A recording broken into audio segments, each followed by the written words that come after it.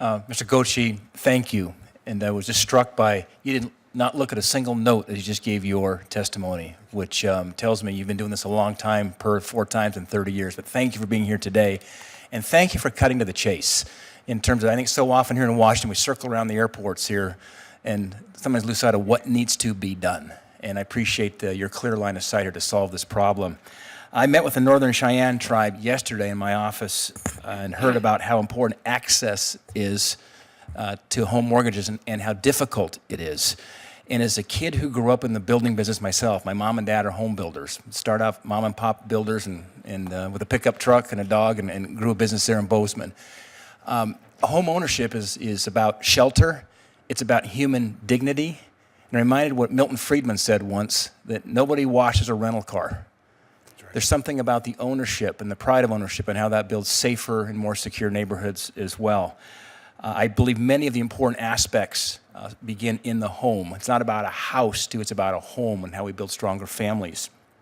We had the principal of Northern Cheyenne K-12 school in the office speaking about the value of Indian housing to Northern Cheyenne children and families. If you don't have a home, achieving other life needs is difficult. But with these high unemployment rates we see in Indian country, access to loans is very difficult. The Native American Housing Assistance and Self-Determination Act, I believe, is an important law to facilitate access to housing for Native American communities. Mr. Gochi, have Indian housing programs been easily accessible to tribal members, or is there a need for technical assistance? Well, there's definitely a need for technical assistance, and there are a lot of resources for homebuyer education, some that are really Native American based. Where there's technical assistance needed is in building, I say it this way, capacity at the tribal level is going to make this happen. The Northern Cheyenne are a perfect example.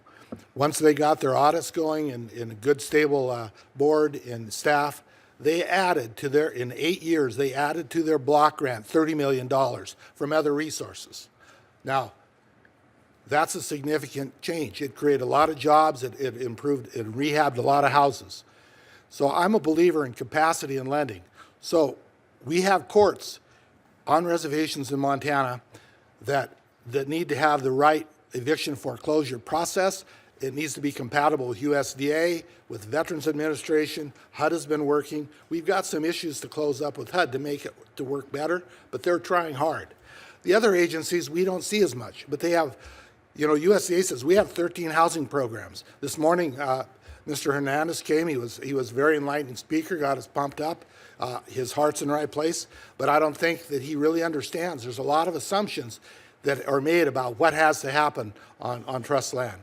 So I've come to the conclusion that what money we can find, whether it is through HAC or through USDA, we need to get hands-on assistance to the tribal level if they choose it so they can build the right system to report loans, to appraise properly.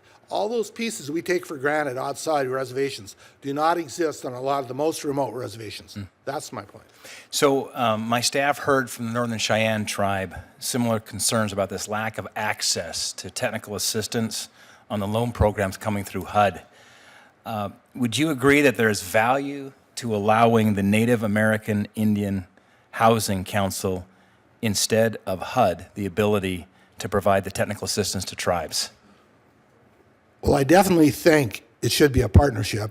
And the name of the act is the Native American Housing and Self-Determination Act. Tribes should be teaching each other self-determination. HUD has a lot to offer, but I think it needs to be a two-way street. Sammy, do you have a thought on that as well? I can see you smiling over there. Thank you. Yes, we believe Native people should teach Native people. We're a fan of the National American Indian Housing Council being able to provide technical assistance directly to tribes. They should be able to call our office, ask for technical assistance, and have it dispatched to them.